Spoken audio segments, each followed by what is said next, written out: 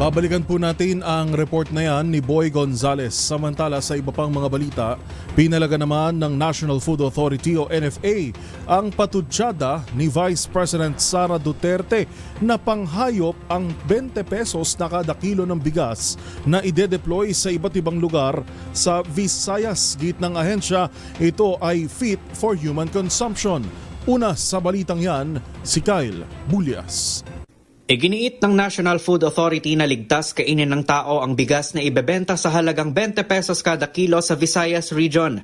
Ito ang ginawang pagtitiyak ni NFA Administrator Larry Lacson kasunod ng pag-question dito ni Vice President Sara Duterte. Pinuna kasi ng Vice Presidente ang desisyon ng pamahalaan na sa Visayas lamang gawin ang pagbebenta ng 20 pesos na kilo ng bigas. Sabi ni Duterte, pinapaasa lang ng naturang programa ang mga Pilipino, gayong ang bigas na 20 pesos lamang ang halaga ay maaaring hindi naligtas kainin ng tao at para na lamang sa mga hayop.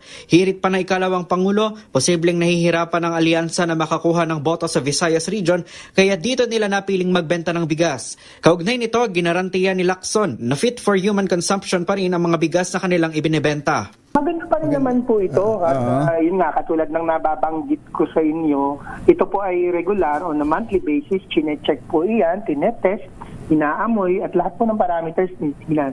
So kapag yan ay hindi pumasa na sa parameters ng NFA, hindi na po yan nilalabas. So ganun po tayo kasigurado dun sa testing system natin. Una rito, binweltahan ng Malacanang ang pahayag ni VP Sara at sinabing huwag pairalin ang crab mentality para maisakatuparan ang programa ng pamahalaan.